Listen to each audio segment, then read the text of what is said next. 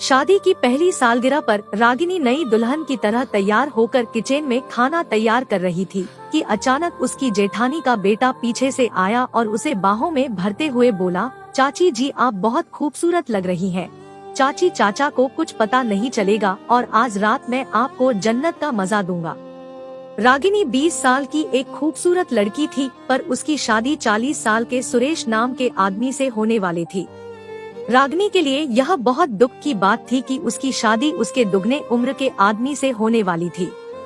वह इस बात को लेकर बहुत दुखी थी, पर रागिनी अपने घर वालों के खिलाफ भी नहीं जा सकती थी, क्योंकि उसके मायके में उसके माँ बाप बचपन में ही गुजर चुके थे। वह अपने चाचा चाची के साथ रहती थी। चाचा चाची ने जो रिश्ता उसके लिए ढूंढा, उस रिश्ते को उसे मजबूरन मानना पड़ा, इसलिए मजबूरन वह सुरेश से शादी करने को तैयार हो गई। रागिनी और सुरेश की शादी बड़े साधारण तरीके से हुई, क्योंकि सुरेश की यह दूसरी शादी थी। उसकी पहली पत्नी दुर्घटना का शिकार हो चुकी थी, इसलिए उसके घर वालों ने शादी में ज्यादा तामझाम नहीं किया। रागिनी दुल्हन बनकर सुरेश के घर आ गई। शादी की पहली रात को रागिनी ने सुरेश से बात तक नहीं की। सुरेश बहुत अच्छा इंसान था। उसने रागिनी को परेशान ना करते हुए तकिया उठा सोफे पर जाकर सो गया। सुरेश हर रात रागिनी से बात करने की कोशिश करता, पर रागिनी उसके करीब आना ही नहीं चाहती थी। सुरेश रागिनी के मन की बात समझकर रागिनी से कहता कि रागिनी जी जब आपकी सहमति होगी तब मैं आपके करीब आऊंगा। यही कहकर सुरेश तकिया उठा हर रात सोफे पर जाकर सो जाता था। इसी तरह रागिनी और सुरेश की शादी को लगभग 1 साल गुजरने वाला था, पर सुरेश ने रागिनी से कोई शिकायत नहीं की। धीरे धीरे रागिनी को यह एहसास होने लगा कि सुरेश उम्र में चाहे मुझसे कितने भी बड़े हो, पर वह मुझे एक अच्छे इंसान लगते हैं। अगर वह अच्छे नहीं होते तो आज वह मेरे साथ कुछ भी कर सकते थे। उनका हक बनता है, पर उन्होंने मेरी मर्जी के बिना मुझे छुआ तक नहीं। मुझे उनके साथ ऐसा नहीं करना चाहिए था।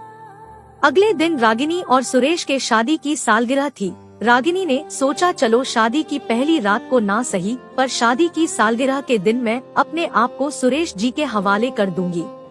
अगले दिन रागिनी जब सोकर उठी तो बहुत खुश थी। उसने सुरेश से कहा, सुरेश जी आज हमारी शादी की सालगिरह है। मैं चाहती हूँ कि आज हमारी शादी की सालगिरह यादगार बने और सरप्राइज के तौर पर मैं आपको एक ऐसा तोहफा दूं जिसका इंतजार आप सालों से कर रहे हैं। आज पहली बार रागिनी ने सुरेश से मुस्कुराकर बात की थी। सुरेश तो बेचारा रागिनी की एक मुस्कान के लिए तरस गया था। शाम ढलते ही रागिनी लाल कलर की साड़ी, मांग में सिंदूर और हाथों में भर भर के चूड़ियां और माथे पर लाल कलर की बिंदी लगाकर एकदम नई नवेली दुल्हन की तरह तैयार हो गई थी। आज वह बहुत खूबसूरत लग रही थी। रागिनी तैयार होकर सुरेश के घर आने का इंतजार करने लगी। सुरेश को आने में देर हो रही थी तो उसने सोचा चलो किचन में जो काम बचा है उसे निपटा लेती हूँ। रागिनी किचन में काम करने चली गई। वह किचन में काम करती हुई प्रसन्न मन से अपने नए जीवन की शुरुआत के बारे में सोच रही थी कि आज मैं अपने आप को पूरी तरह से सुरेश जी को समर्पित करने वाली हूँ।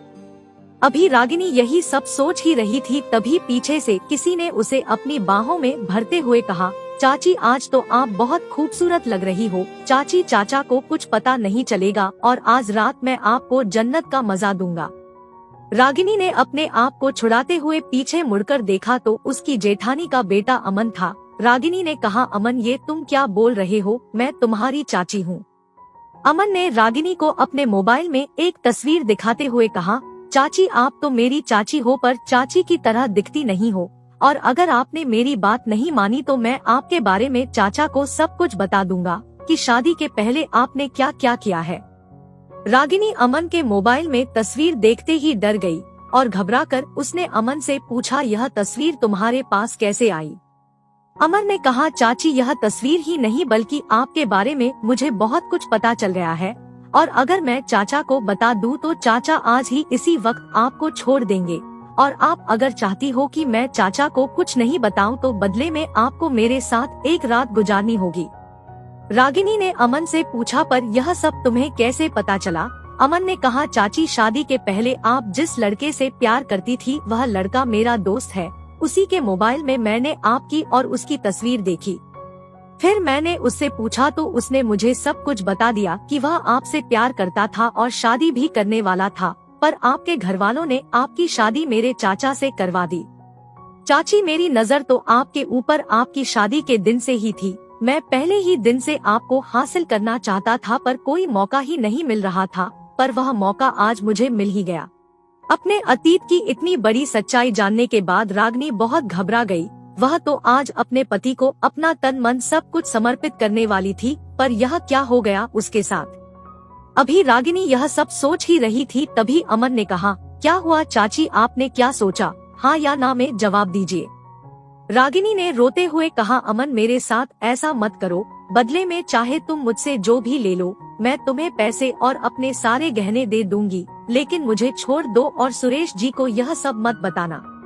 अभी रागिनी और अमन में यही सब बातें हो रही थी, तभी वहाँ पर सुरेश आ गया। सुरेश ने आते ही कहा, क्या हुआ, तुम दोनों क्या बातें कर रहे हो?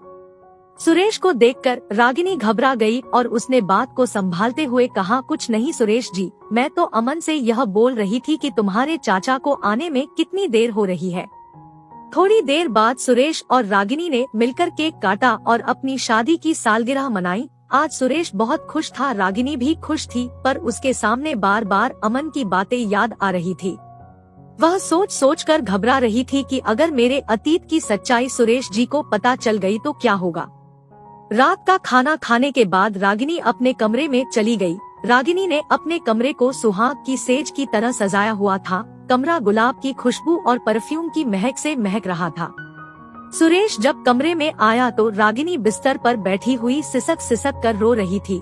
रागिनी को रोता हुआ देख सुरेश घबरा गया और उसके पास जाकर बोला, क्या हुआ रागिनी जी, आप रो क्यों रही हैं? आपने तो कहा था कि सरप्राइज के तौर पर मैं आपको एक बहुत बड़ा तोहफा दूंगी, तो बताइए मेरा तोहफा कहाँ है? रागिनी सुरेश के गले से लिपटकर फूट फूट कर रोती हुई कहने लगी, सुरेश जी, वह तोहफा देने से पहले मैं आपको कुछ बताना चाहती हूँ। मेरे अतीत की सच्चाई जानने के बाद अगर आप मुझे अपनाएंगे तो वही आपका तोहफा होगा। रागिनी ने सुरेश को अपने और रवि के बारे में सब कुछ बता दिया। वह शादी से पहले रवि नाम के लड़के से प्यार करती थी और उससे शादी भी करना चाहती थी, पर घरवालों ने जबरदस्ती मेरी शादी आपसे करवा दी।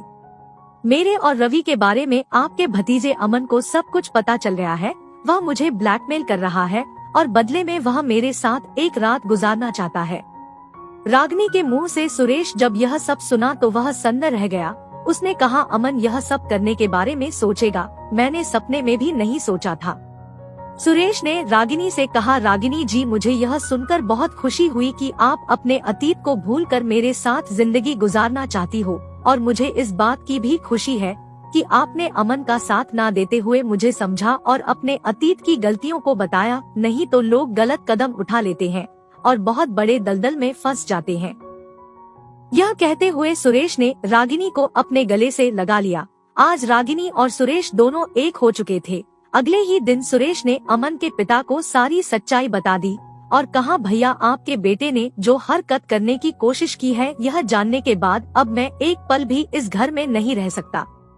दोस्तों, यह कहानी सिर्फ और सिर्फ मनोरंजन के लिए बनाई गई है। इसका किसी की वास्तविकता से कोई लेना देना नहीं है। धन्यवाद।